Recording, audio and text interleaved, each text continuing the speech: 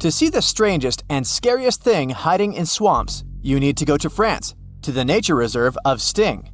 If you go to this place alone, unaware of what awaits you, you will remember what you'll see there for the rest of your life, and it will haunt you in nightmares for a long time. So, imagine you come to these marshes by car. It's early morning, nature is waking up, and a cool breeze is blowing.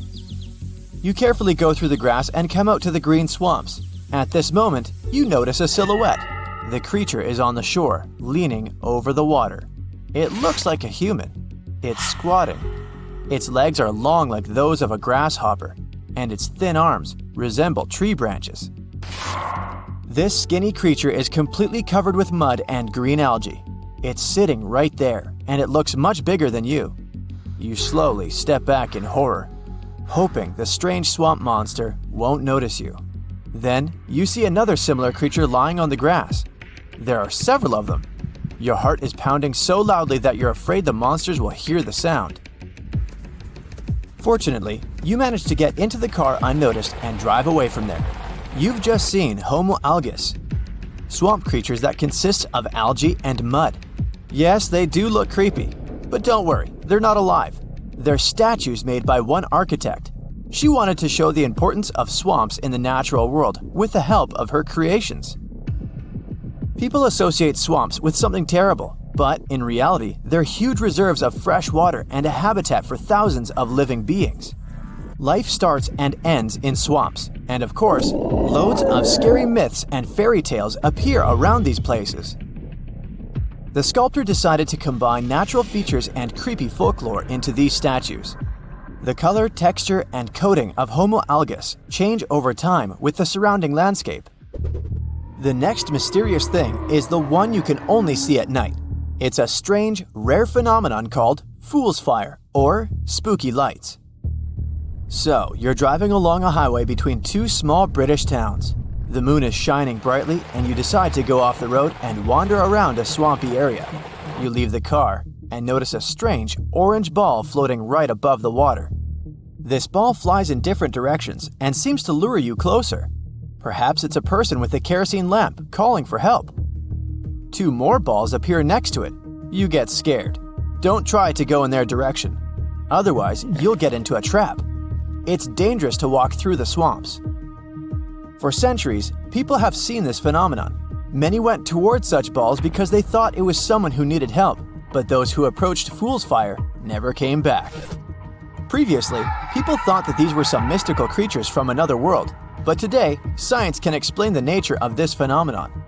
Bioluminescent fungi and algae grow in swampy places and can glow blue in the dark. From afar, they can create an illusion of an orange ball. Wind and water shake these algae, and it seems like they're flying through the air. Also, swamps contain many plant materials: grass, clay, leaves, and branches. All this decomposes and releases methane. As soon as this substance comes into contact with the air, it ignites and rises in the form of a fireball. Now we're in Alabama, near the town of Prattville. Here, there are swamps that are popular among teenagers.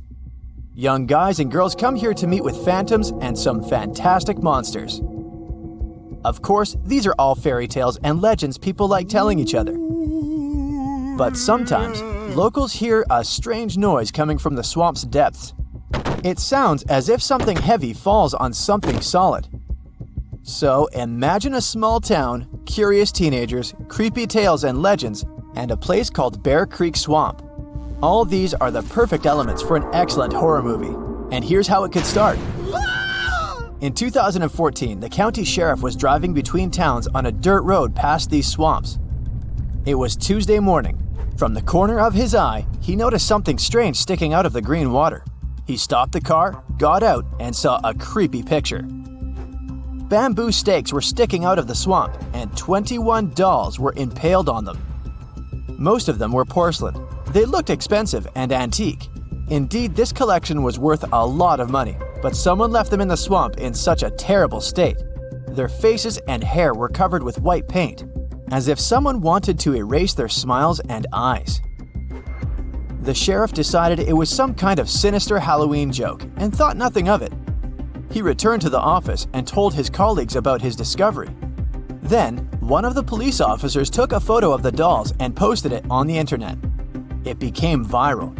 The locals began writing to the sheriff's office, expressing their concerns. What if it was some kind of ritual?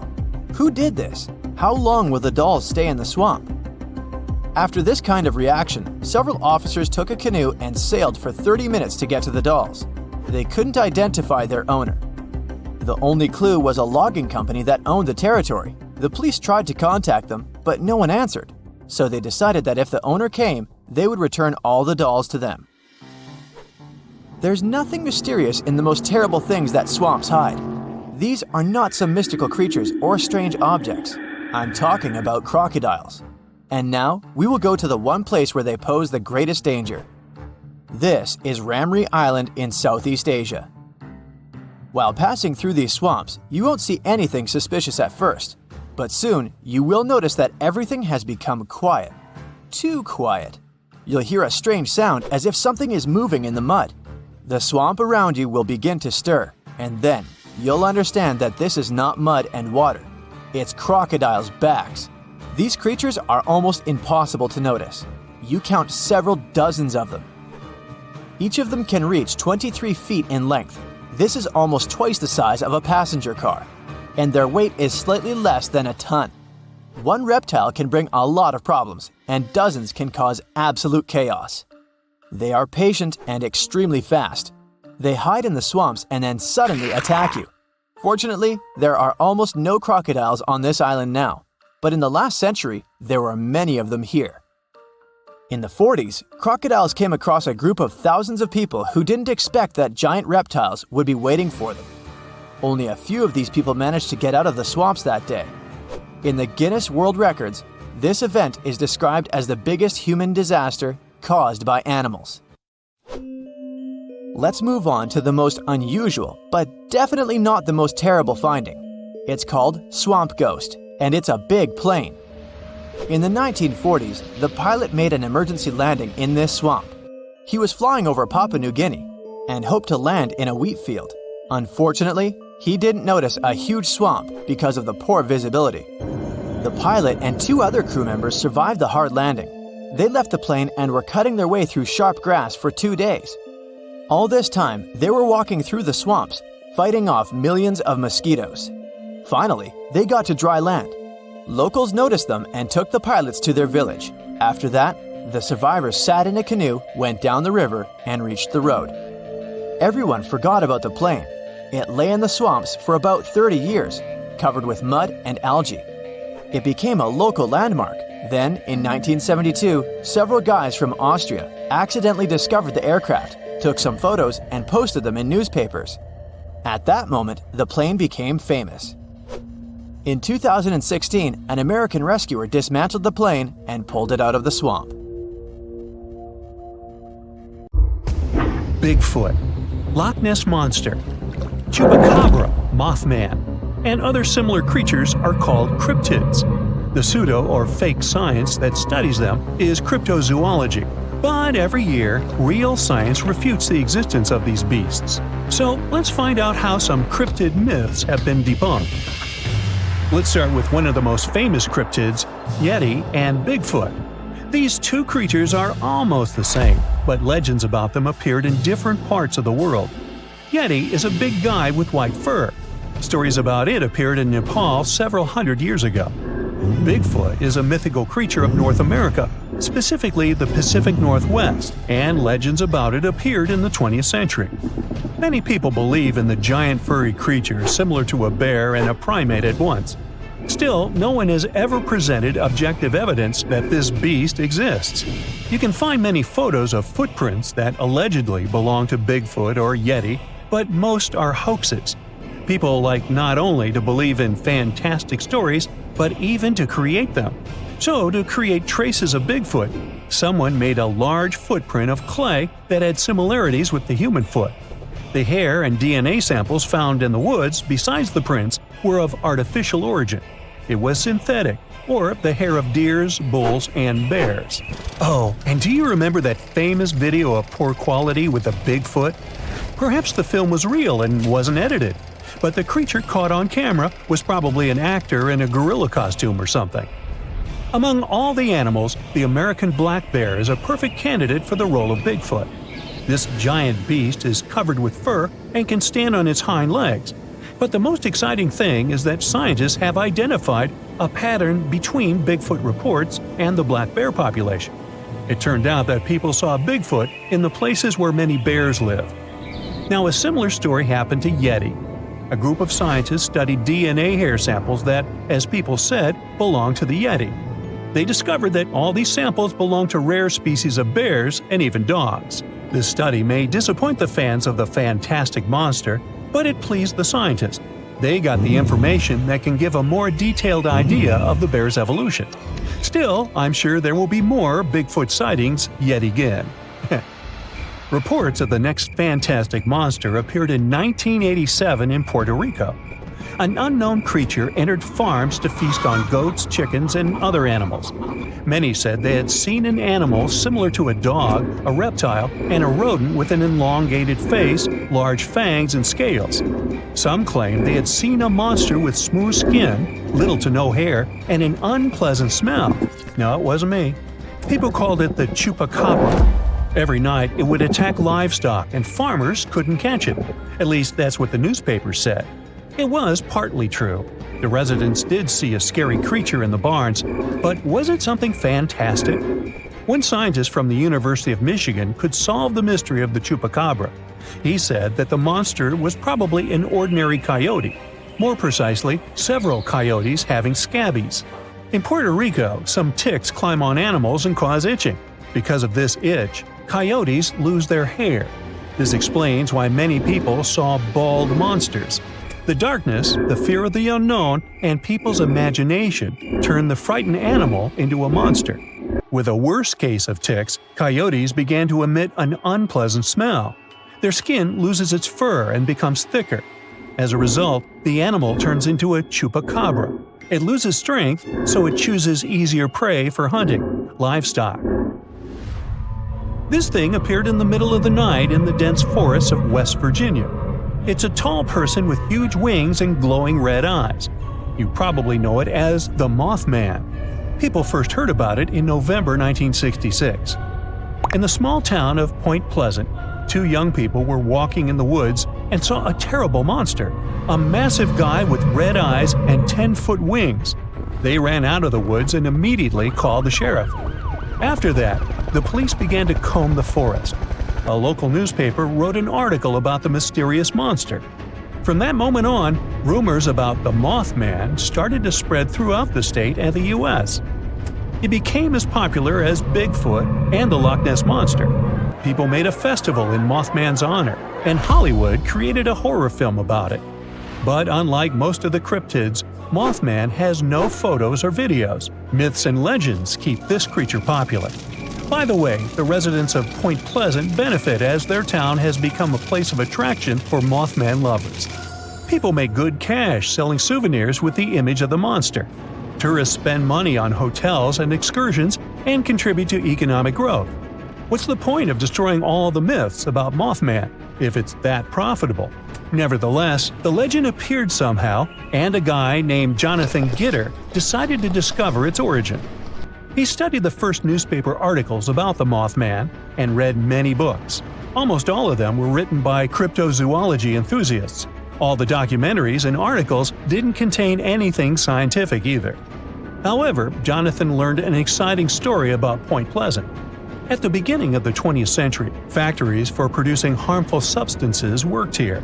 When the plants closed, the leftover substances began to pollute the environment.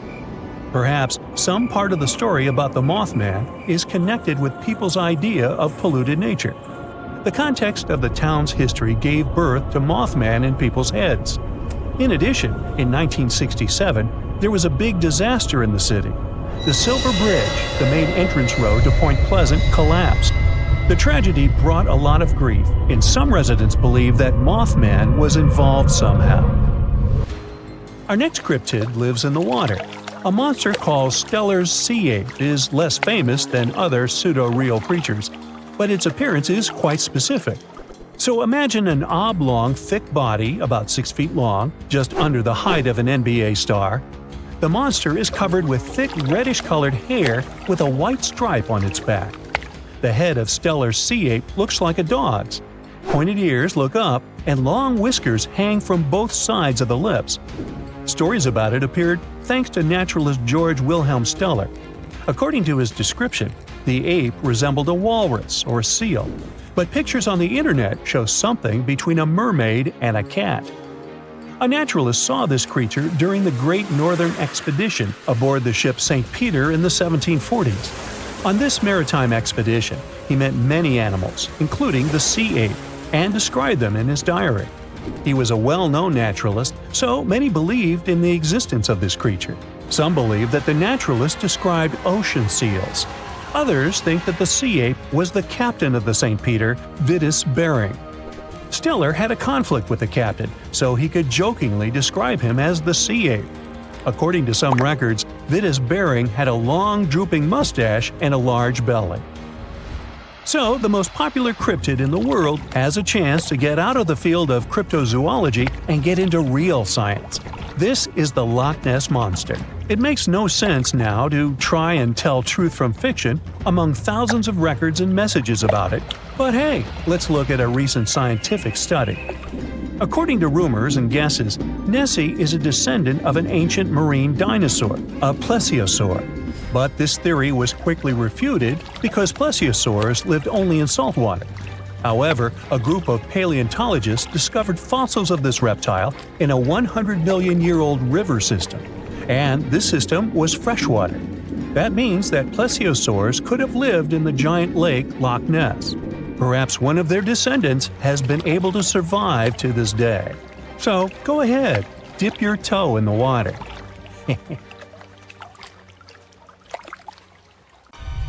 70% of the surface of our planet is covered with water. Seas and oceans hide not only diverse inhabitants, but also traces of humanity. Thousands of sunken ships contain pieces of our centuries-old history. Let's look into these depths of the sea and find out what secrets they hide. So, imagine you dive into the seabed and find there... No, it's not the wreckage of a pirate ship of the 16th century. We've seen it many times in many documentary shows and read about it in books, and it's not attractive now. So, you dive into the ocean floor and find a huge porcelain tableware store. And it's not just porcelain that you can buy in the store, but more than 500-year-old dishes. The Chinese Ming Dynasty developed maritime trade for imports from foreign countries several hundred years ago. One ship didn't survive a sea storm and sank somewhere on the northwestern slope of the South China Sea.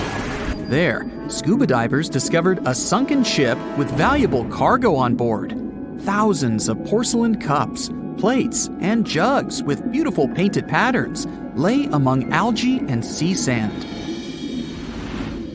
Experts counted all the items and claimed the ship carried about 100,000 items. But not all of them ended up in the cargo hold. Valuable items were scattered over hundreds of thousands of square feet. A similar case occurred in the Mediterranean Sea. One guy was diving off the coast of Israel and accidentally discovered the oldest sunken sea cargo in the eastern Mediterranean. Pieces of marble sculptures and structures lay on the seabed among the wreckage. They were so ancient that they got covered with algae and became part of the underwater landscape. Another unusual find was discovered in the deep water ridge of the Pacific Ocean, north of the Hawaiian Islands, in one of the largest marine reserves in the world. A research vessel sailed along the seabed and discovered a road. Part of the bottom was covered with yellow brick tiles. It was also like the tile used to cover a swimming pool. The researchers conducted an expedition in this unknown place and posted videos online. They went down to a depth of about 1.8 miles and noticed a strange track on the bottom made of yellow bricks. One of the guys jokingly said that it was the road to Atlantis. In fact, the road led nowhere, and it wasn't made by humans. Nature created this unusual landscape. The place with stone tiles was at the bottom of the lake, located at the top of an underwater mountain. Perhaps once upon a time, it was a volcano. Magma heated the surface, and cracks appeared on the ground. The lines of cracks made the solid surface look like a brick road. Okay, how about something more mysterious? 20 years ago, a Norwegian research vessel discovered strange holes in the seabed in the middle of the Atlantic Ocean. Then, already in 2022, other researchers found something similar, but at the bottom of the Pacific Ocean. Scientists discovered about 200 holes in 3 different places at a depth of about 2 miles. The holes were arranged in several rows, and a tunnel was under each. But where did it lead? To find out, you first need to find out who made these holes. Scientists studied animals that live at such a depth under enormous pressure. Imagine the weight of several dozen elephants pressed on a small area the size of a palm. That's about the pressure exerted by water in these depths. But still, some marine life has been able to adapt to such conditions. Scientists have seen sea urchins and worms, and even some big fish. But none of them made these mysterious holes. They saw a strange creature with a white and pink-hued body inside one of the holes. It was an amphipod, one of the crustacean family's representatives. Scientists caught it and did a little research. This little crayfish was digging a tunnel with its long claws. It used it as a home to hide and shelter its offspring. Or the small crustacean was digging tunnels in search of food. There's a place in the ocean where many remnants of ships lie on the seabed. And not sailing ships, but the space ones. This place is located in the South Pacific Ocean and is called Point Nemo. This is the most remote place from land on our planet. The nearest island is over 1,000 miles away from here. There's only a boundless ocean and complete loneliness. You won't even meet fish and other marine life here. The place receives little nutrients from the world's oceans because undercurrent and wind almost don't reach this area. There are different microorganisms in Point Nemo, but it's not why we're here. The reason is fireballs that fall from the sky into the water sometimes. And they're not meteorites, but some pieces of space rockets, ships, or satellites that failed. Point Nemo is an ocean desert, so space debris can't harm anyone here. Even if some heavy object provokes a giant wave, it won't reach the nearest land as it will lose all power in the water. Some archaeologists believe the oldest city in the world is about 9,500 years old. But you won't find it on land because it lies on the seabed in the Gulf of Cambay off the coast of India.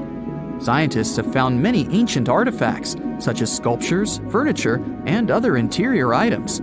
They analyzed a piece of wood found there and determined it was over 9,000 years old. Scientists are still trying to determine what kind of city it was and when it existed. Tutankhamun's tomb is a well-known archaeological find. But what do we know about the burial place of the most recent pharaoh of Egypt? Cleopatra's tomb may lie somewhere in the ancient city of Alexandria. But the problem is that this beautiful city is underwater. After about 1,600 years, it sank to the seabed because of floods and earthquakes, and its ruins were discovered in 1998. Scientists and builders plan to create underwater tunnels on its territory to turn the city into an underwater museum. You can meet an unusual natural phenomenon, brinicles, in the depths of the Arctic and the southern ocean of Antarctica. It looks like an icicle frozen in water, which attracts marine organisms to itself and freezes them. When salt flows out of cracks on the ocean floor, it freezes since its density is greater than the density of the surrounding water. Upon contact with fresh water, it turns into liquid ice and freezes. Starfish, hedgehogs, and crustaceans were stuck there as this salt froze them. famous Stonehenge has a double underwater. At the bottom of Lake Michigan, at a depth of about 40 feet, scientists found several rectangular stones arranged in a circle, just like the famous ancient monument of England. On one of the stones, scientists noticed something similar to the image of a mastodon, an elephant-like animal that became extinct more than 10,000 years ago. Despite the apparent similarities with Stonehenge, some scientists believe that nature could make this monument. In 2012, scientists found a strange object similar to an extraterrestrial spacecraft on the Baltic Lake floor. This stone object had tunnels and staircases around it. When the photo of the find hit the internet, many newspapers began to write that it was something from another planet. But scientists analyzed the artifact and said there was nothing extraterrestrial in it. It was a natural rock formation, but no one knows how nature could do such a thing.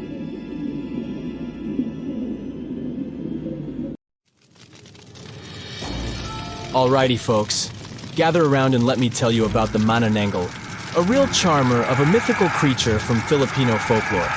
She's often described as a lady who likes to snack on sleeping pregnant women. But here's the twist. During the day, she's all dolled up and looking like a total babe. But come nightfall, she detaches her torso and spreads her massive bat-like wings to fly off into the darkness in search of her next victim. And she doesn't just stop at pregnant ladies. Nope. Sometimes she'll use her good looks to lead astray men and take them to her secret hiding spot where she'll feast on their heart, intestines, and other internal organs all night long. Yikes. If you're ever faced with a Manananggal and want to stop her from reattaching her body before sunrise, just sprinkle some salt, ash, or crushed garlic on the remaining half of her body. Easy peasy, right? So keep an eye out for this winged wonder and don't forget the garlic! Okay, so check this out. In German folklore, there's this crazy creature called an owl. Basically, it's like a vampire, mixed with an incubus. And it wears this dope hat called a Tarncap that gives it all kinds of powers. This dude is all about preying on women at night by messing with their dreams. Oh, and it's into breast milk and sucking the blood of men and kids. The owl can shapeshift into all kinds of stuff, like cats, pigs, dogs, snakes, and even butterflies. And it's got this evil eye that can totally mess you up with bad luck or sickness.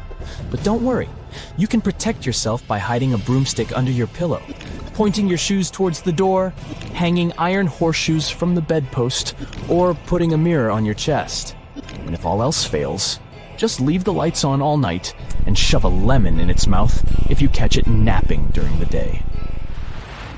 Meet the Pontia Nuk, a spooky ghost from Malay mythology. Legend has it that she was a woman who passed away while giving birth, and now she's out for revenge. She's not your average ghost either. She's got long black hair, sharp fingernails, and a blood-smeared white dress. But watch out, because she's also a master of disguise. She can transform into a beautiful woman to lure in her prey before ripping out their insides. If you're ever out at night and hear the cries of babies or feminine laughter, beware. That could be the Pontia Nuk coming to get you. And if the sounds are quiet, she might be right around the corner. So keep your wits about you, and don't fall for any too-good-to-be-true ladies. Hey, did you know that according to Irish legend, every family has their very own banshee? This banshee lady is supposed to let out a piercing wail or shout when someone in the family is about to kick the bucket. Talk about a not-so-subtle warning, but don't let her eerie cry trick you. This banshee lady is said to be drop-dead gorgeous with long flowing locks and crimson eyes from all her crying.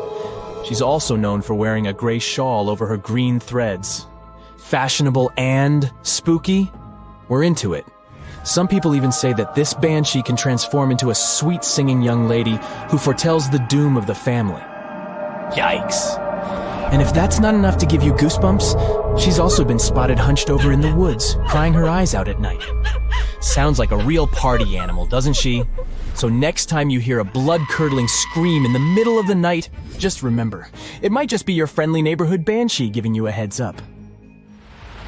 Now let me tell you about the Kalupiluit. These creatures are like the boogeyman of the Arctic. They live near the ice floes and are known for snatching up kids who get too close to the water. But don't worry, it's just a myth to keep children safe. Now, the appearance of these critters varies from story to story, but they all have some things in common. They've got slimy green skin, long hair, and long fingernails. Their hands are webbed like a fish, and they wear these fancy parkas made out of eider duck feathers. Oh, and watch out for their flippers. One of them can emit a sound that'll paralyze you. But don't fret, you can outsmart them. Some clever Inuit hunters figured out that if they asked the Kalupiluit to shapeshift into a seal or whale, they could easily finish it and bring home a tasty catch. Yum! Some stories say that these creatures use kidnapped children to keep their hair looking fabulous. Talk about dedication to hair care. Others say that the kids are just devoured or used to fuel the Kalupiluit's youth. But here's a wild tale for you. There was once a grandma who couldn't feed her grandson, so she called upon a Kalupiluit to take him away. The tribe eventually got back on their feet, and a young couple went to rescue the boy. They found him tethered to seaweed by the Kalupiluit, but every time they got close, she'd drag him back underwater. They ended up waiting until sunrise to cut him loose. Yeah, the Kalupiluit may be spooky, but they're just looking out for the kiddos. And who knows? Maybe they'll give you some hair care tips if you're lucky enough to meet one. Let me present to you the scariest horse-like monster in all of Scotland, the Nucklavi, or Nuckalavi. This bad boy has a skinless body, a head 10 times bigger than a human's, and a breath so poisonous it can destroy animals and crops. So, it's got wicked powers that can cause chaos all over the islands. But fear not, because there's an old spirit known as the Sea Myther who can control this terrifying beast during the summer months. The Nucklavi has roots in Norse and Orcadian folklore, and was first documented by the mysterious Joe Ben using some fancy Latin manuscripts back in the 16th century. Ernest Marwick, an Orcadian writer and folklorist, thinks that this evil sea creature is similar to the Norwegian Knock, the Nuggle of the Shetland, and the shape-shifting Kelpie or water Kelpie. So, if you're ever out and about in Scotland and come across this scary guy, just remember, call on the Sea Myther and run for your life. This dude is South African Tokolosha. It may look like a gremlin, but trust me, it's way more mischievous. Apparently, witches and shamans can summon them with their magical powers, but there are ways to keep these troublemakers in check. One way is to give them some curdled milk. Apparently it's their favorite, and trim their hair so they can see. If that doesn't work, you can call in a witch doctor to use some good old-fashioned magic to exorcise them away. Now, according to South African folklore, these tokoloshes are mostly invisible and can suck on a stone to stay that way. So, if you want to keep them away from your home, scatter some special blessed salts, aka tokoloshe salts, along your door frames and windowsills. Or if you're feeling extra cautious, put some bricks under your bed's legs. Better safe than sorry, right? Have you heard of the Chimera? She's a total monster, literally. This fire-breathing female hybrid is made up of all sorts of animal parts. Think lion-like body, goat-like head, and a tail that ends in a snake's head. According to Greek mythology, the Chimera is the child of Typhon and Echidna, and her sisters are Cerberus and Lernaean Hydra. Sounds like a family reunion, huh? But don't worry, our hero Bellerophon was up for the challenge. The king of Lycia sent him on a mission to defeat the fearsome Chimera, and Bellerophon was the greatest hero monsters were scared of. The Chimera was no match for Bellerophon and his trusty Pegasus. Even though the king was secretly hoping the Chimera would take out Bellerophon instead, in the end, justice prevailed, and the Chimera was defeated. Well, that's it for today. How heavy is the largest living snake? How can a snake eat a whale? Get ready, I'm about to answer these questions. Before the last ice age, giant mammals like mammoths ruled the world. The modern animal kingdom we're familiar with was shaped around 55 million years ago. I mean, there were still 1,000-pound bear dogs living from Asia to America. But modern whales, for instance, began to appear later.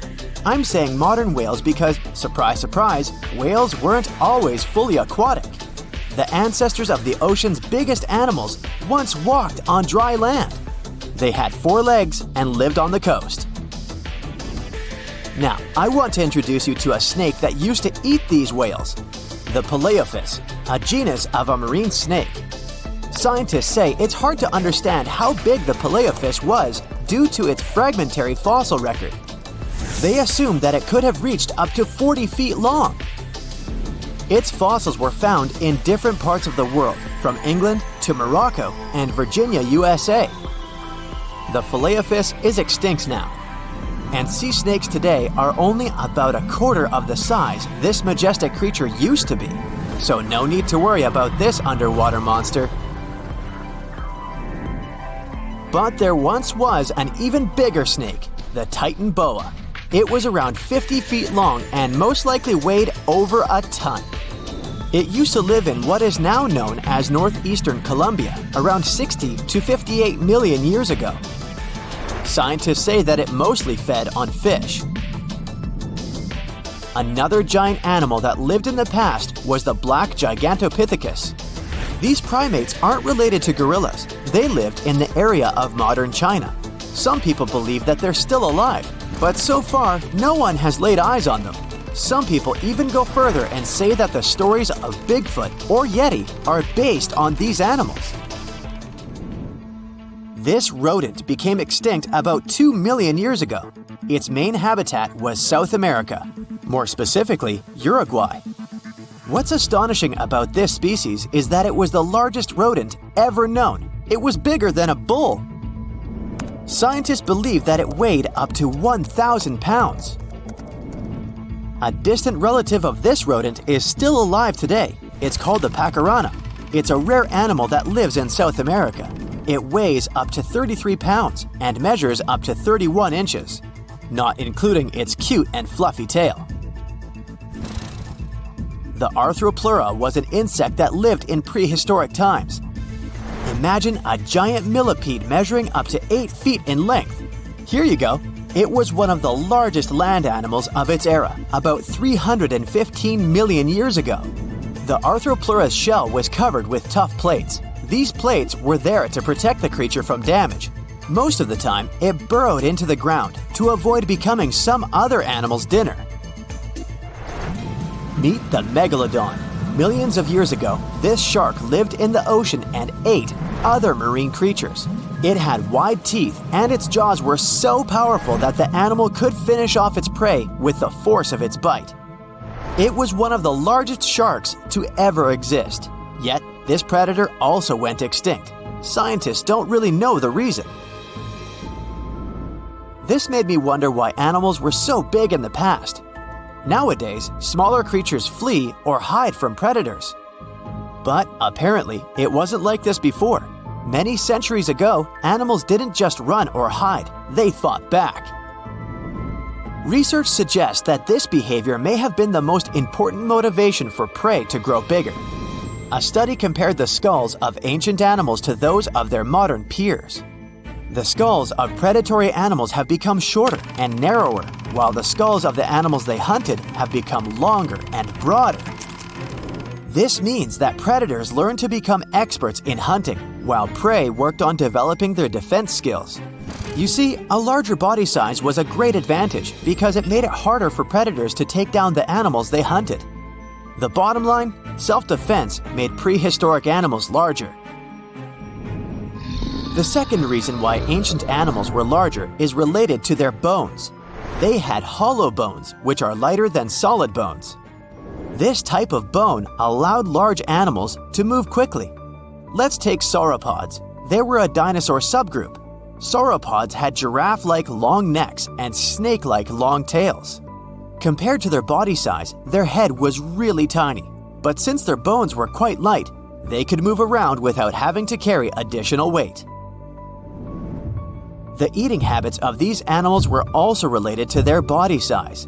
When experts examined the fossils of one extinct mammal species, they found out that these animals had a diet that was high in nutrients and low in fiber. And this mammal was the largest land animal of its period. In other words, following this diet, mammals could grow to be very large. There was plenty of food out there, so they didn't have to worry about finding it. Fun fact, these animals also took chewing out of the picture. They could swallow their food in large pieces instead of taking small bites.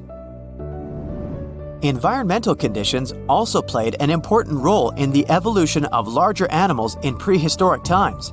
Those animals tended to live in warm, moist climates that provided them with a lot of food. They didn't have to compete for food sources.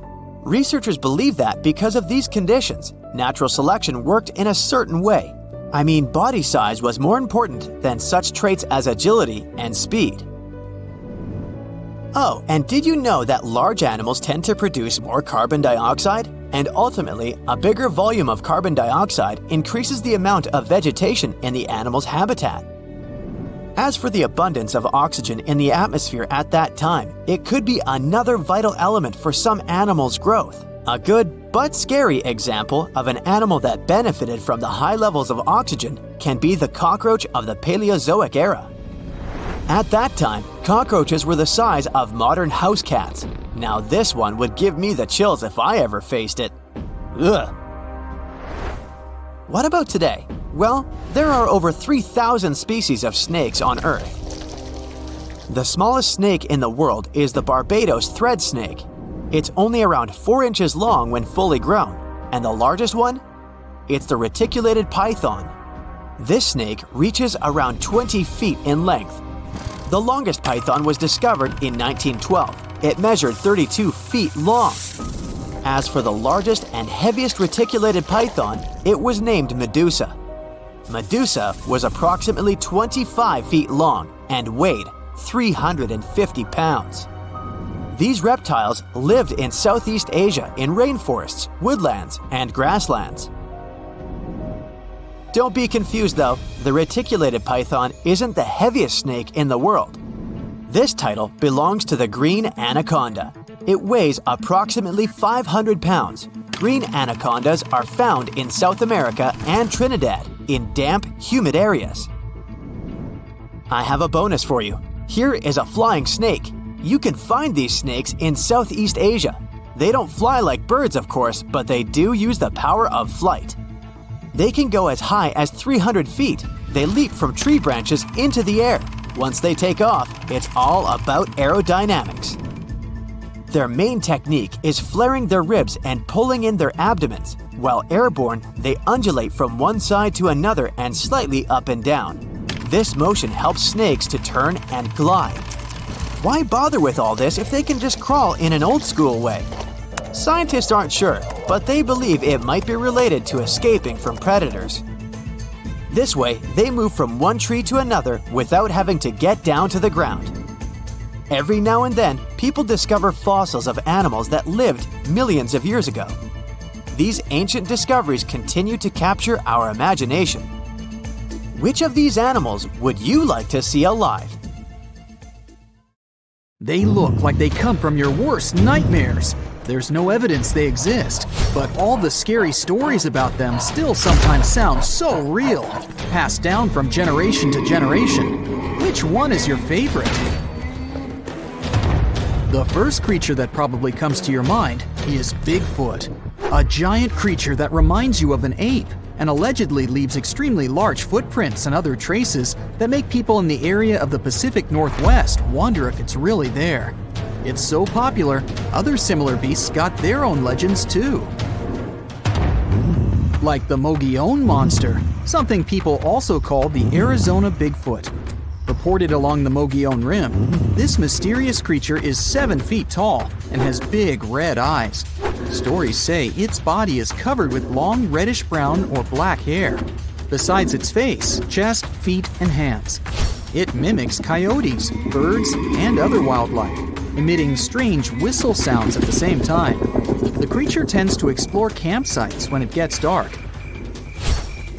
It builds nests out of twigs, pine needles, and leaves. And if you're in that area and someone is throwing stones from locations you can't see, yep, Mogollon Monster. This creature is omnivorous, which means it eats both plants and animals. And it prefers to wander at night, lurking for innocent prey lost in the woods. Urayuli, a 10-foot mythical creature people say hides in the southwestern woodland parts of Alaska. It's a hulking giant beast known for its extremely long limbs. Legends say their lanky arms are so long they reach their ankles. The creature is covered in a thick coat of hair. The only thing you can see on its face, not covered in the hair, is the creature's eerily luminescent eyes. The legend says Uraiuli use their glowing eyes to hypnotize their prey. But not us, since stories say they prefer to catch deer. And they're known to be kind towards humans. And some claim the Uraiuli are actually just a type of Bigfoot. Wendigo. This terrifying creature is said to be hiding across the northern forests of Canada and the United States, always looking if there's some lost wanderer. The story says the Wendigo used to be a lost hunter. The freezing winters transformed him into a fierce 15-foot-tall beast with desiccated skin tightly pulled over its large pointy bones. Stories about this creature showed up in the 20th century, and people say the beast still roams around the forest in long, cold winters, constantly looking for lost people he could grab from the darkness. Lake Worth Monster. This scary creature that's part man, part goat is also called the Island Monster. This 7-foot-tall monster is so strong it could hurl car tires like they were just plastic toys. In a worst nightmare scenario, it could appear in the darkness, sailing from the treetops and fiercely landing with full force on the hood of passing cars. That's how the first people who reported its existence described it. Lake Worth is located west of Dallas and east of Fort Worth. There's a landmass in the middle of this mystical lake known as Greer Island. The legend says that's where this scary monster, also known as Fort Worth's answer to Bigfoot, roams. And that's where some skeptics and thrill seekers still go, wandering around and trying to discover if the legend is true. Lurking in the darkness with its scary red eyes, meet the Mothman, a humanoid beast reportedly seen in the 1960s in Point Pleasant in West Virginia. On one cold night in November of 1966, two young couples reported to the police that they saw a big gray creature with glowing red eyes. It looked like a flying man with wings around 10 feet wide. During the next couple of days, more and more people said they saw the same thing. Later, a wildlife biologist from West Virginia University told reporters that these descriptions fit the sandhill crane. It's a big American crane almost as tall as a human being. It has a 7-foot wingspan and circles of red around its eyes. The gigantic bird may have got out of its migration route and started these stories. Or did it really? Fresno night crawlers. They're not that tall, considering they're monsters, about 5 feet. The upper part of their body is pretty small, so most of their height is their legs. These creatures have allegedly made 2 appearances so far. Once, people saw them in Fresno, California. In contrast, the other time was in Yosemite National Park in California. Both times they were in videos of poor quality, so it wasn't easy to find details of their upper body. But the creature is considered thin and white with no arms. At least, we can't see them. It also has pretty short and stilt-like feet. Have you heard of the slide rock bolter? It's said to be hiding somewhere in the mountains of Colorado.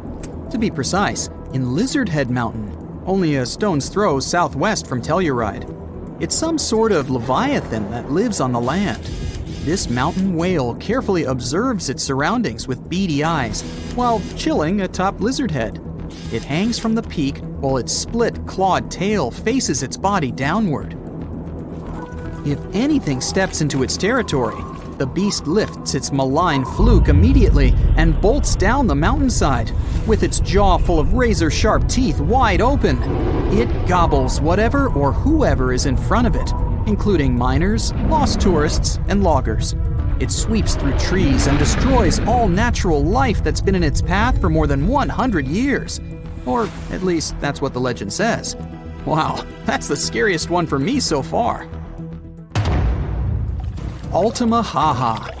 Somewhere in southeastern Georgia, close to the mouth of the Altamaha River, there's a hissing sea monster hiding. It's one of the biggest rivers in Georgia that empties into the Atlantic Ocean, and the entire area that surrounds the river is full of small islands, canals, dikes, ponds, acres of marshes, and old rice fields. Perfect for such a monster to hide, don't you think? The story says this unusual cryptid has a sturgeon-like body, including a bony ridge on its top. Due to its front flippers, the creature swims like a dolphin. His snout reminds me of a crocodile. His teeth are large and sharp, whereas his eyes are big and protruding. The beast is green or gray with a white yellowish underbelly and is up to 30 feet long. There's no physical evidence the Altamaha really lives there, but the legends date back centuries when people started talking about an enormous snake-like beast that hissed and bellowed. Loch Ness Monster, or how many like to call it, Nessie. This myth dates back from old times, all the way to a group of people that lived in ancient Scotland known as the Picts. The legend started to grow in the 1930s. Back then, a road near Loch Ness was finished, offering a nice view of the lake without bigger obstacles. And in April of 1933, a couple noticed there was a large animal. They compared it to a prehistoric monster or dragon. Most people imagine it as a plesiosaur, which is basically a marine dinosaur. The beast quickly crossed the couple's car's path and then disappeared below the water's surface. Later that year, some researchers even found big footprints. They believed they were from a pretty soft-footed solid creature around 20 feet long. Later, some determined the tracks were the same as the ones that a hippopotamus leaves. Plus, scientists said the lake wasn't that nutrient-rich for such a large predator. There are not enough animals to support such a beast at the top of the food chain. But the legend about a giant mythological creature has moved on and still makes people across the world wonder if there's really something hiding deep down in the dark, murky waters of Loch Ness. The stonefish. Stonefish aren't going to win any beauty contests, unless the pageant is for best rock lookalike. Their tiny unreflective eyes and rough skin blend in perfectly with their environment. A large head, an even bigger mouth, and a home full of, it's rocks. And just because you're on the beach doesn't mean you're safe. Stonefish can survive for 24 hours out of the water. Stepping on one or even handling one won't be that fun. Their dorsal fin spines have extremely strong venom. It shoots out when they get stepped on, and it can lead to paralysis or even heart failure. You'll need help fast. No wonder they're one of the most dangerous creatures in the water, or anywhere. Be careful when scrambling around rocky areas. They love to play hide and seek. The deep-sea dragonfish. If there were a prize for the most hideous fish in the ocean, the deep-sea dragonfish would win. With slimy, scaleless skin, massive teeth, and a face only a mother could love, this bad boy of the sea is nothing to mess with. It likes to swim between 700 feet and 6,000 feet below the surface of the ocean, where the waters are the darkest and coldest. Along with some other creatures on this list, the deep-sea dragonfish relies on its bioluminescent body parts to catch prey. It also uses its hanging appendage, which boasts a little red light on the end, coming out from its lower jaw. Many fish mistake this little light for prey, luring them right into the jaws of the deep-sea dragonfish. Very clever dragonfish, very clever indeed. The fangtooth. The Mariana Trench is an underwater trench with a depth of 35,000 feet, nearly 7 miles below the ocean surface. Let that sink in. While scientists know the Mariana Trench exists, it's one of the least explored places on Earth. It's also the deepest area of Earth's oceans. And although many creatures down there probably haven't even been seen by humans yet, scientists have had the creepy pleasure of getting to know the fangtooth. The fangtooth fish shamelessly lives up to its name. Just look at that thing. The fangtooth is carnivorous and feeds on just about anything it can find that gets caught in its sharp-toothed mouth. These fish rely on their contact chemoreception to find prey. In other words, they can sense chemical residue that comes off of other living organisms in the deep sea. This is because they don't have any light-producing cells on their bodies, unlike many other deep-sea fish. On top of all that, It's pretty dark down there, so whatever crosses their path, they chomp on. While these guys look pretty scary, they're not a threat to humans. They only grow about 7 inches long. Even so, I wouldn't want to run into one of these things during a relaxing swim in the ocean. The Dunkleosteus. Strangely enough, this prehistoric fish, known as the T-Rex of the seas, had no teeth. Those were replaced with bony plates that allowed it to have the strongest bite among other monsters of its size. The Goblin Shark. If you thought the movies about sharks were scary, this next deep-sea creature will make you swear off going for dips in the ocean forever. However, it lives 3,000 feet underwater, so you'll never likely see it face to face. The Goblin Shark looks like a cross between a shark and a creature from your worst nightmare. These sharks boast a protruding sword-like snout with a jaw that juts out to match. Unlike other sharks that have more of a gray hue, this creepy thing looks not so pretty and pink. Aside from their scary demeanor, what do scientists really know about the Goblin Shark? Well, not much, except that they can grow up to 18 feet in length.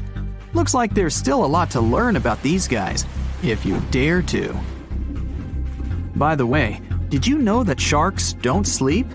Many species have to keep water moving over their gills to get oxygen, so they can't fall into a deep sleep like we do. That's why they stay half awake during rest.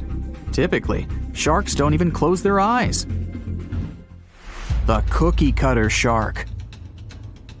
This shark is a living horror, with lower teeth being big and sharp, while the upper ones are much smaller. When its teeth fall off, the shark eats them to maintain calcium levels. Pretty smart solution for a shark. The Frilled Shark. Studying the frilled shark is like looking through a portal back to prehistoric times. That's because scientists think that these eel-like sharks haven't changed much since their oldest ancestors roamed the deep sea waters, so they're sometimes referred to as living fossils. These sharks' mouths are filled with a terrifying 25 rows of backward-facing sharp teeth, 300 in total. They're designed to grasp prey and hold them tight so they can't get away, according to early studies of the shark conducted in 1884 and published in the Bulletin of the Essex Institute. Luckily for swimmers, the frilled sharks live between 390 feet and 4,200 feet below the ocean's surface, so they'll probably never run into them. Probably. This is probably the worst nightmare of any dentist. The Northern Stargazer. Take a look at this cutie. The Northern Stargazer is definitely not something you'd wish to see on the ocean floor. This horrid creature hides its body under the sand, leaving its face above to wait for prey. The Tasseled Wobbegong. Here's another carpet shark on our list. It lies low on the bottom of the sea and patiently waits for its prey to come by. The Australian Ghost Shark. The Australian ghost shark isn't really even a shark, but a very bony fish. It's also a living fossil. It hasn't changed within the last 400 million years. Believe it or not, sharks and humans have a common ancestor that lived around 440 million years ago.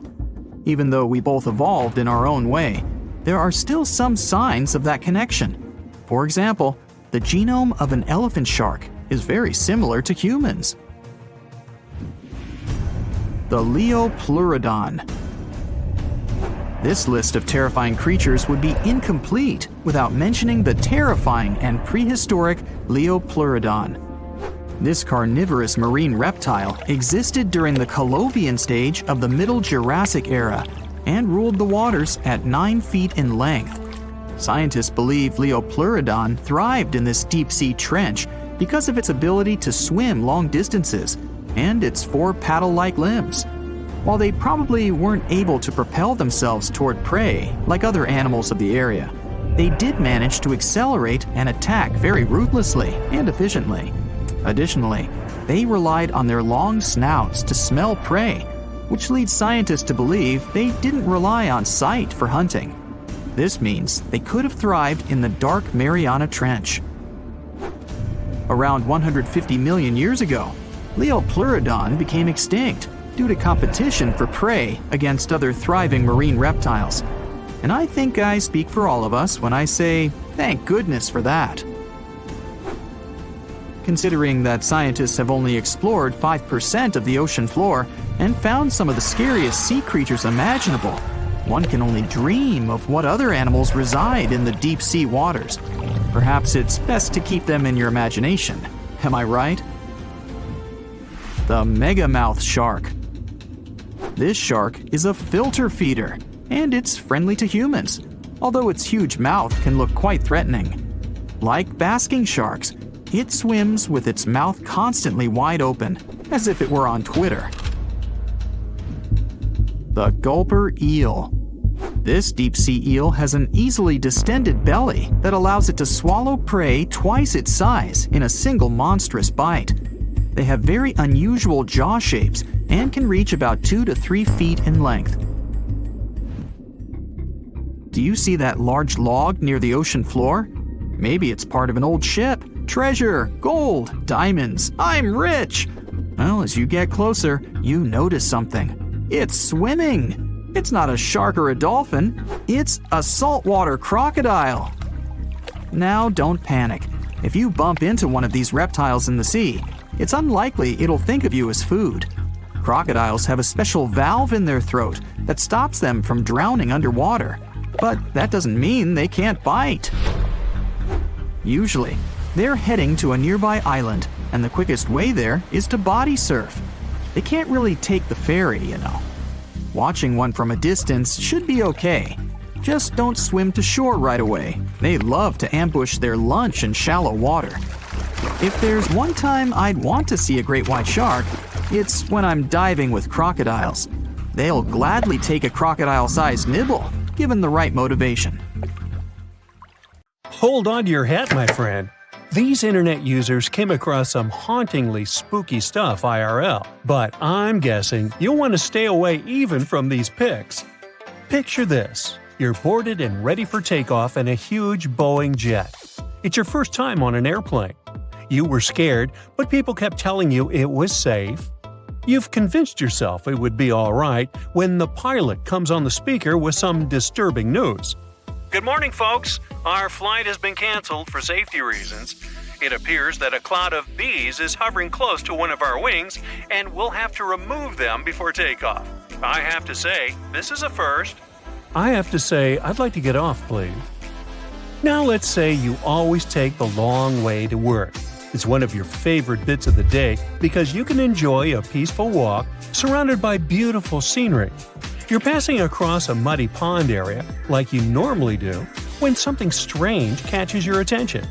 What on earth could that be, you ask yourself? Apparently, it's a colony of reddish worms, just casually existing. I think my stomach just turned a little. Have you ever backpacked anywhere around the world? If you have, then you were probably worried about one thing and one thing only – bed bugs. Getting into a new hostel, the typical routine is to check your mattresses. The worst thing is to sleep in a bed filled with these little creatures and then have to wash all your clothing the next morning just so you won't pass this around to other establishments. If you ask me, this appears like a bed bug and sci-fi beetle had a fight in this person's bed and this is what was left. Well, jokes aside, it reminds me of the remains of some bug. Which bug? I have no idea. I'd tell this woman and all hostel owners to use some kind of mattress protector, just so that backpackers all over the world can stop sweating so much over these tiny creatures. Now, you've just won an all-inclusive trip to Hawaii. Ah, the white sandy beaches and the amazing sunsets. You're happy to leave your fancy hotel and take long walks on the beach. But wait, what's that? It appears like a lobster shed its tail and the remains came floating all the way to the sand. But according to experts, that's not a lobster. They wouldn't shed just their tail. That appears to be some kind of isopod. Isopods are crustaceans that look somewhere between shrimps and lobsters. That's why you thought it was a lobster, huh? They also look like giant roly-polies. Do you know what these are? Someone had a roly-poly infestation in their house, and it does not look like something you want to have to deal with. Imagine spending your days hunting these tiny creatures all over your furniture. No thanks. Now, when I was a kid, I loved playing pranks on people. But I would be the first one to be completely spooked when someone played a prank on me. I'm guessing the person who ran into this thing on their office wall wasn't too pleasant. But hey, maybe it's karma, right? What goes around comes straight back around. Imagine it's a sunny Sunday morning and you went on a hike with your best friends. You hiked up a pretty steep mountain covered in knee-high vegetation. You know what that means, right? Bugs. The great thing about bugs is that they never cease to amaze you. There are endless varieties of extremely rare and never-before-seen bizarre bugs. The first one you met was this thing right here. It fell off your dog's back. It resembles a jackfruit seed mated with a spider, and this is what came out of that union. Hopefully, it's just a bizarre insect and not threatening in any way. Your sock also picked up a few buddies along the way. Look at the number of ticks your sock protected you from. The next time you go on a hike like this one, you should take some kind of bug repellent with you, but a strong and effective one. You know, like an ultrasonic repellent that disorients ticks, so they'll never find the way to your juicy socks.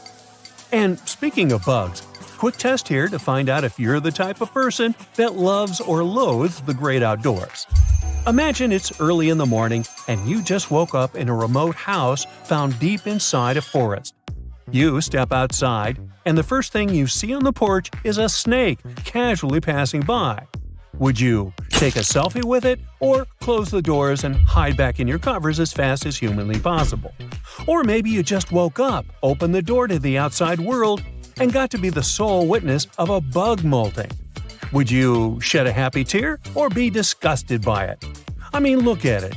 It seems like a baby Pokemon. So cute. It's summertime. My favorite time of the year.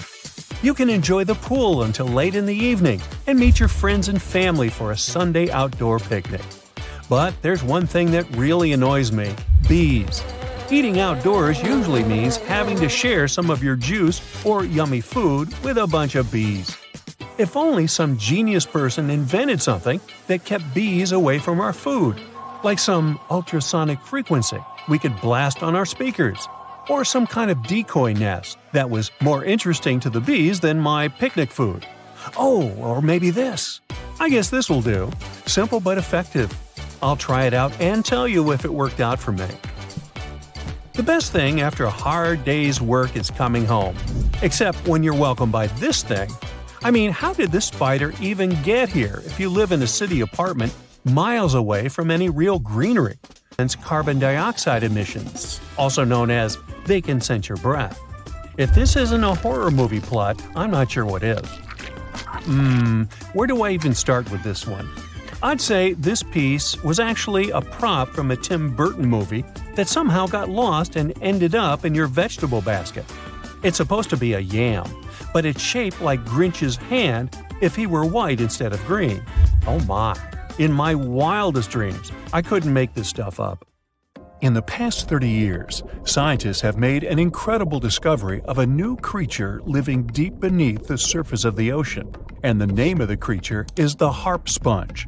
Now, if you're wondering why it took so long to come across this animal, then I might have the answer. These creatures typically hang out at a depth of roughly 11,100 feet beneath the ocean's waves.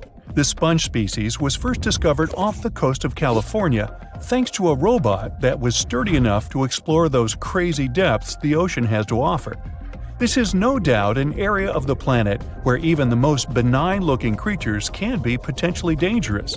But even scientists were surprised to find that this creature was more than just a sponge. Now, this might seem obvious, but the harp sponge got its name because its basic structure, referred to as a vein, is the same shape as a harp. Each vein is made up of a horizontal branch supporting several parallel vertical branches. But don't let the harp sponge's fanciful and amusing appearance or its non-intimidating name fool you. Yeah, the harp sponge is very much a deep-sea hunter. It has a unique ability to capture and envelop small animals using its rhizoids, short, thin fibers. With their help, the harp sponge clings on to the soft muddy bottom and catches tiny creatures that get swept into its branches by deep-sea currents. Uh-oh. Other sponge creatures often feed by pulling bacteria and bits of organic matter from the seawater and filtering them through their bodies. But not our harp sponge. Instead, it snatches its future meal with minuscule barbed hooks that cover each of the harp sponge's branches. Now, harp sponges prefer tiny crustaceans like crabs, crayfish, shrimps, and prawns.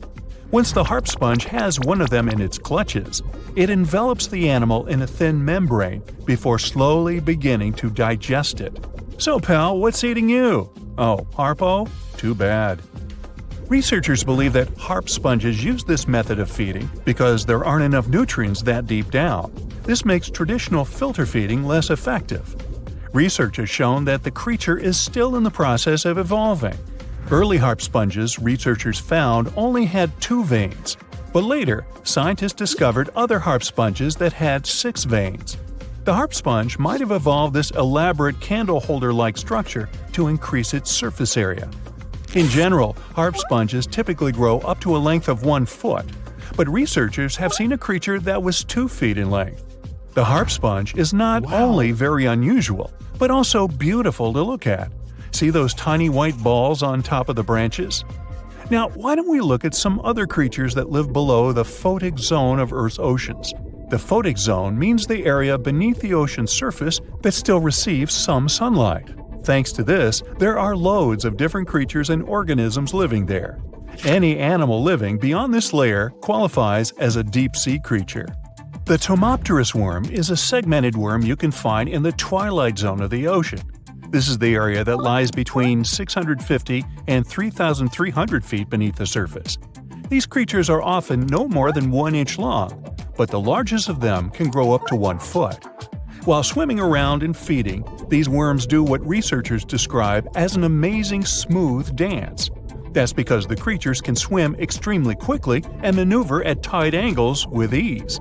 Now, I know most people hear the word worm and think of the common earthworm, so it's quite interesting to know there's a deep-sea worm out there that never leaves the water during its entire life. Similarly, most of us try to avoid jellyfish that either rest on the sand or sit on top of the ocean waves. This isn't the case with a chrysota jelly. That's a deep-sea creature too. This beautiful jellyfish is mostly ruby red, bright orange, or electric purple. That's what helped researchers realize they had found a new species of jellyfish. The creature grows to a maximum size of 1 inch across. It has tentacles that stretch out in every direction. Now, if you come close to this jellyfish, it'll pull all these tentacles in toward its body before rapidly swimming away to avoid danger. Yes, you are dangerous. The chrysota jelly is extremely rare. You won't see it very often. You might need to borrow that deep-sea diving robot I mentioned earlier. While worms and jellyfish might seem quite harmless, this isn't the case with the Pacific viperfish. Ooh. This creature is equipped with a noticeably big mouth, like me. And the needle-like teeth inside are key to its hunting strategy. Pacific viperfish live at around 5,000 feet below the ocean surface. But they're among those numerous marine animals that migrate each night from the ocean depths toward shallower waters to dine. What's on the menu for dinner tonight? Lots of small fish and shrimp. The creature can grow up to 12 inches in length. Its 2 front fangs, which stick up from the fish's bottom jaw past its own eyes, are especially dramatic. When the fish unhinges its jaw, its mouth can open wide enough to engulf smaller animals, and the teeth form a cage to prevent an escape. Now, have you ever seen an underwater creature that looks like a strawberry? Trust me, it does exist. Just look at these dots on the strawberry squid. The creature has a big eye and a smaller one. You might think this unconventional pairing would be awkward and uncomfortable, but it's actually the opposite. The big left eye looks upward. It spots shadows cast by other animals in the dimly lit waters above. The eye's tubular shape helps it collect as much light as possible. On the other side of the squid's head, you can see its right eye. It's small and looks downward. This eye searches for flashes of bioluminescence produced by animals lurking in the darker waters below. Now, bioluminescence means the production and emission of light by living organisms. By the way, the squid has a nickname. And no, it's not Squiggy, although that's a great one. It's known as the cockeyed squid. This is simply due to the remarkable difference in size between its two eyes. I think I like Squiggy better, and so it goes. Since light doesn't reach the deep sea, the strawberry squid's body actually looks black. This helps the creature hide from enemies, such as sharks and dolphins. In general, the strawberry squid grows to a length of 5 inches. It typically lives around 3,000 feet below the surface, but floats to shallower waters at night. Now, the feather star is a marine creature without a backbone, but with feather-like arms that radiate from the center of its body. These creatures first appeared around 200 million years ago. Related to sea stars, they look like a flower, but if you approach them, they'll quickly swim away. But not all feather stars can swim. Many species can only crawl along the bottom of the seafloor. Like some of the other deep-sea creatures we've looked at, the feather star can adapt to its surroundings. It has a creepy ability to shed its arms, the same way some lizards can shed their tails. This also helps them escape from their enemies. Feather stars live all across the globe, from the equator to the poles, from the shallow waters on top of reefs to the deep, deep sea. Now, given that we're dealing with mysterious creatures, the name of this one is quite fitting. The swift vampire squid should be the official symbol of life in the deep sea. The animal has a dark red body, huge blue eyes, and a cloak-like web that stretches between its 8 arms. This, along with its name, may suggest that the creature is some form of a terrifying hunter. In reality, though, the vampire squid is a soft-bodied, timid creature, about the size, shape, and color of a football. It grows to roughly 12 inches in length and lives 3,000 feet below the waves. There's almost no oxygen there, but also relatively few predators. Whew, I think I'll need to decompress from this one. What's the scariest predator under the ocean? The crocodile? I don't think so. Loch Ness Monster? Please, it never existed. How about the Kronosaurus? Well, it is extinct, but you might be onto something. Let's take a look at what it'd be like if these creatures were still around today. First things first, what on earth was it? The Kronosaurus was a marine carnivore that lived in the cool, high-latitude Eromanga Sea. It covered vast areas of inland Australia between 90 and 120 million years ago, during the early Cretaceous period. Near-complete fossils of the creature were also found near Colombia, which is a country that has a noted connection to prehistoric reptiles and turtles. This fact makes it extremely possible that the monster I'm about to describe existed worldwide. You might have heard saurus and thought, oh, it's a dinosaur. But these were actually reptiles. They were the largest member of the Pleosauroidea family, referred to as plesiosaurs. Fossil evidence suggests they weighed over 20,000 pounds and were roughly 30 feet in length. Just to put that in perspective, the longest crocodile ever measured was a saltwater crocodile by the name of Lolong from the Philippines. It was 20 feet in length and weighed just under 2,500 pounds. And that's still 10 feet shorter and incredibly lighter than the average Kronosaurus, making the crocodile seem like nothing more than a glorified goldfish in comparison. Despite its terrifying length, the most physically daunting feature of the Kronosaurus was its head. Its skull was about 8 feet long, which was actually proportionally large given the size of its body length. Anything that was unfortunate enough to end up inside the Kronosaurus's mouth may have been given false hope. After all, the teeth of the beast weren't actually that sharp. On second thought, I take that back. I wouldn't feel confident around a toothless snake, let alone being inside the mouth of this monster. But it's true that the Kronosaurus's teeth weren't sharp, especially when compared to other carnivorous reptiles, such as crocodiles and alligators. The teeth of this prehistoric sea creature were instead conical. This means that they were cone-like in shape. Unfortunately, this lack of sharpness didn't make them less dangerous. The teeth were enormous and could be up to 12 inches long from the crown tips to the bottom of the roots. This obviously meant that the Kronosaurus had an extremely powerful bite. It was estimated to be up to 30,000 newtons, which is almost twice as powerful as the bite of a large saltwater crocodile. Because of the bluntness of their teeth, they weren't suited for twisting their prey once in their grasp. But the size and shape of the teeth made them perfect for simple open and shut biting. They would have had no problem crushing hard objects such as the toughest of shells any sea turtle could offer. Just like crocodiles, the Kronosaurus is believed to have had a short neck. This may have been an adaptation to allow the beast to successfully catch small, evasive animals. Their body, in general, was fusiform and streamlined. This means it was narrowed at both ends and had very little resistance to the flow of water. The Kronosaurus was also equipped with 4 paddle-like limbs. The hind limbs were larger than the front ones. They could span approximately 7 feet in diameter. All in all, this set the Kronosaurus up to effortlessly propel itself through the waters and be an ultimate predator. Predator X, if you will? That's the name that was given to the fossil of a creature discovered near Svalbard, a Norwegian island group, in 2009. The fossil was identified as a 50-foot-long, 100,000-pound monster with a bite force of 33,000 pounds per square inch. This might be the highest bite force of any known animal. Although Predator X is yet to be classified as any specific type of animal, it was definitely a plesiosaur like the Kronosaurus. And even if it wasn't Predator X, the Kronosaurus was still most definitely a ferocious titan when it roamed Earth's oceans.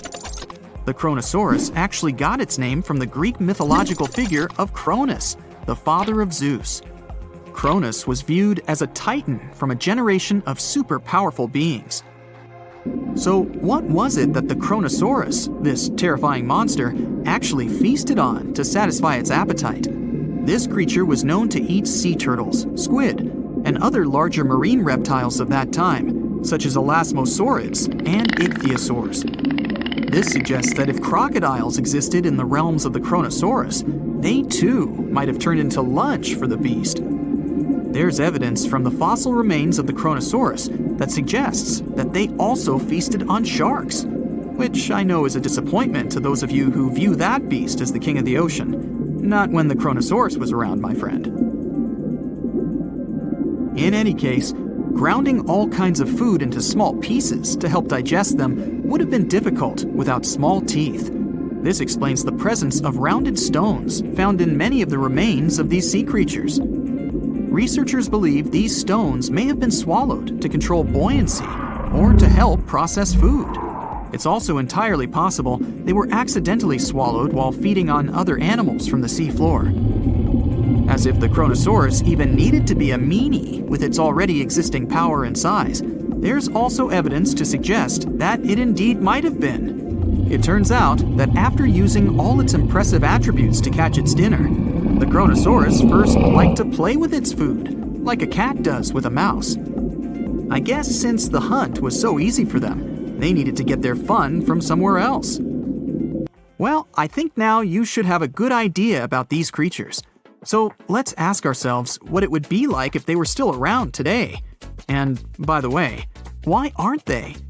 Well, the Kronosaurus was completely finished off by the same KT meteor that took out the dinosaurs 66 million years ago. But even before this catastrophic event, they were coming under increased pressure from an even bigger and more vicious family of carnivorous marine reptiles known as mosasaurs. You can't always be a top dog, I guess, or rather, top marine reptile. But what if this never happened, and they were still roaming Earth? Well, this might be obvious, but can you imagine what kind of impact that would have on sea tourism? Based on the impact that famous movies about sharks and killer whales had, what do you think the presence of a Kronosaurus in the ocean would do to beaches? The very creature that would eat sharks and whales for breakfast. Beaches would certainly become a great place to go for a quiet walk, because nobody else would even be there. And what about such activities as boating, surfing, and scuba diving? You think anyone would dare try them, knowing that this 30-foot beast could be lurking beneath them? Let's give humans some credit and assume most of them wouldn't. This would cripple the global sea tourism industry, which is responsible for earning roughly $143 billion every year. Just to make sure this shocking point hits home, the most expensive yacht to ever roam the ocean was called the History Supreme. Its master bedroom was believed to have a statue made of T-Rex's bone and a wall made of meteorite rocks, as well as a 24-karat gold panoramic wall aquarium. Anyway, this yacht was worth nearly $5 billion, meaning you could buy 38 of them with the money lost in potential damages to sea tourism caused by the Kronosaurus. I'm sure that the yacht's owner was happy the beast never made an appearance in their luxurious aquarium. So luxurious, in fact, that some people believe the History Supreme, reportedly owned by some business genius from Malaysia, never even existed. Rumor has it that it was simply an elaborate hoax fabricated by the supposed designer. Anyway, I don't think the trouble would just stop there. People could actually be in serious danger, regardless of being near the ocean or not. No, I'm not about to tell you that this thing would grow legs, adapt to living on land, and start picking us off one by one. At least, I hope not. I'm just going to point out the damage that the Kronosaurus would inflict through its devastating impact on sea trade. In America, ocean transit accounts for 76% of national trade. On top of this, more than 100 vital pharmaceutical products originate in the sea. I'll also state the obvious and point out that the ocean is a huge food source for us humans. The presence of the Kronosaurus could have a great impact on our relationship with the ocean, something we usually take for granted. The Bermuda Triangle is one of the most heavily traveled shipping routes in the world. Some skeptics believe that this fact solves the Bermuda Triangle mystery. Statistically, the busier the area, the higher the frequency of accidents and disappearances. While this makes sense, it's not the frequency of disappearances that's responsible for the mystery of the Bermuda Triangle. It's the lack of explanation or wreckage found. On his very first voyage to the New World in 1492, Christopher Columbus sailed through the Bermuda Triangle. Columbus reported that one night, when he was on the deck of the ship, he noticed a giant light appear in the distance, unlike anything he'd ever seen before. Columbus looked at his compass for direction, and it gave off erratic readings. You might have noticed that the Bermuda Triangle doesn't appear on any world map. This is because official institutions refuse to acknowledge that the area actually exists. No one exactly knows how many ships and planes have disappeared in the Bermuda Triangle. The rough estimate is 50 ships and 20 planes. Most of the time, the disappearances had no explanation and no wreckage has ever been left behind.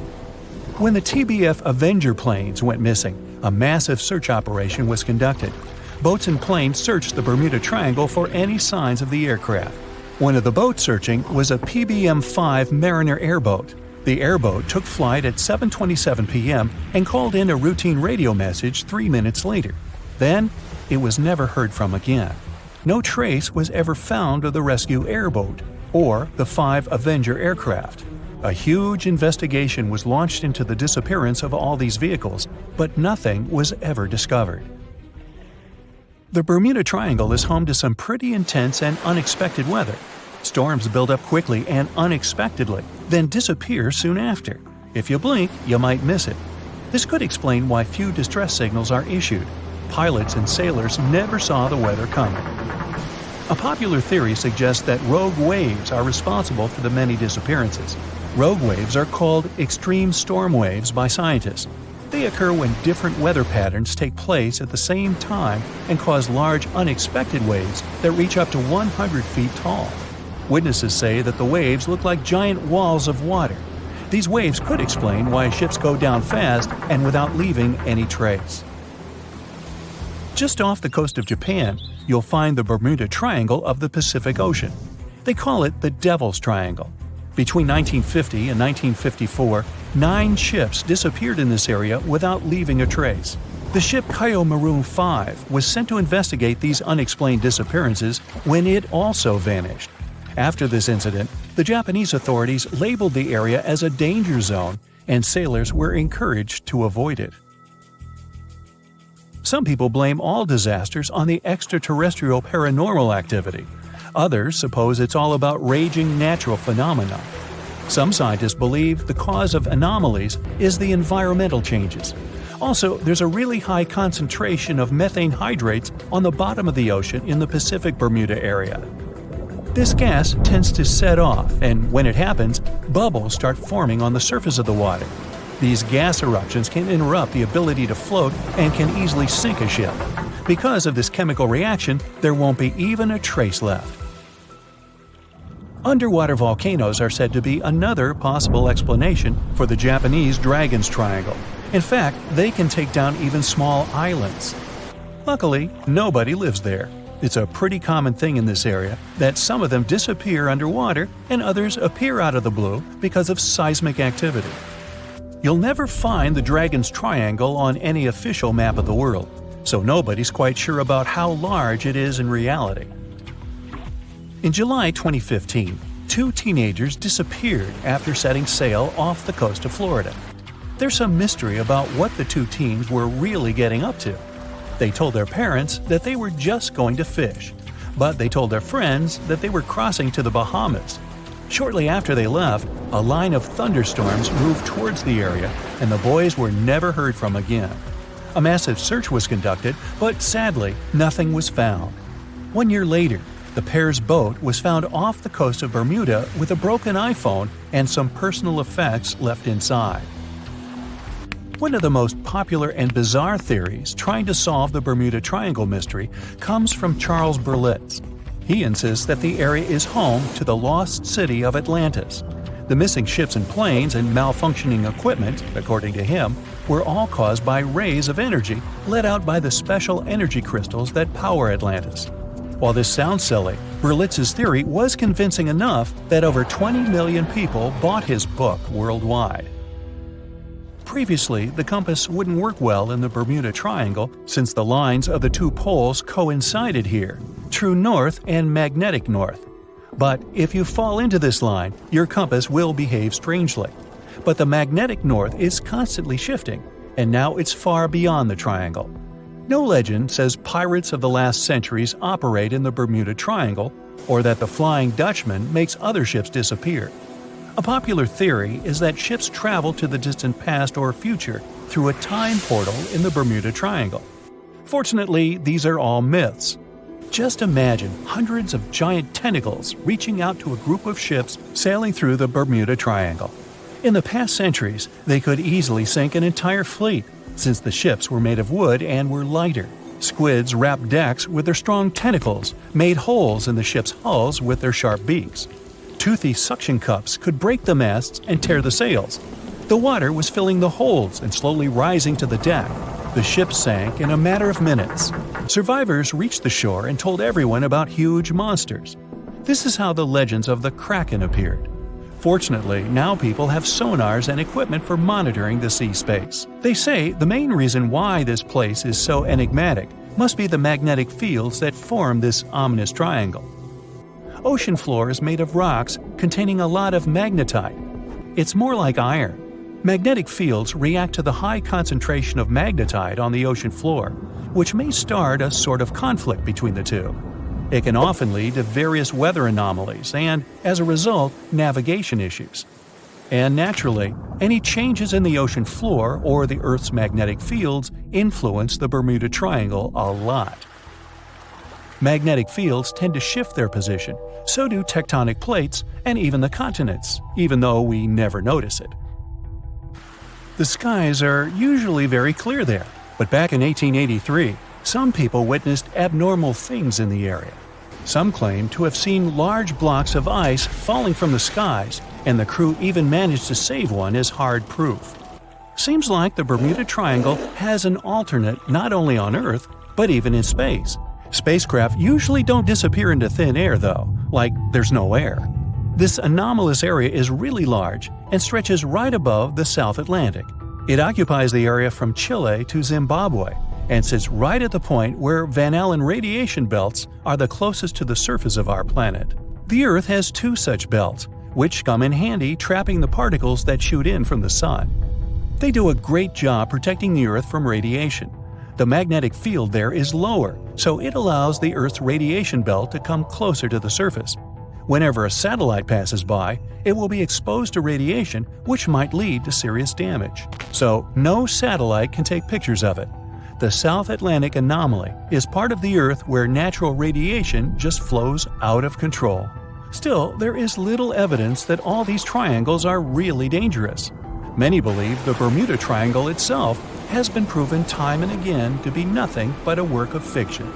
In fact, some shipwrecks, such as the Ellen Austin, gained popularity in the middle of the 20th century, while nobody even thought of drawing a triangle in the Bermuda area before that. The mystery was popularized by science fiction writers and became a common myth, while no serious research proved it any more dangerous than other parts of the world's ocean. So, the crew of the Ellen Austin back in 1881 weren't even aware of the Bermuda Triangle back then, let alone afraid of it. What do you think?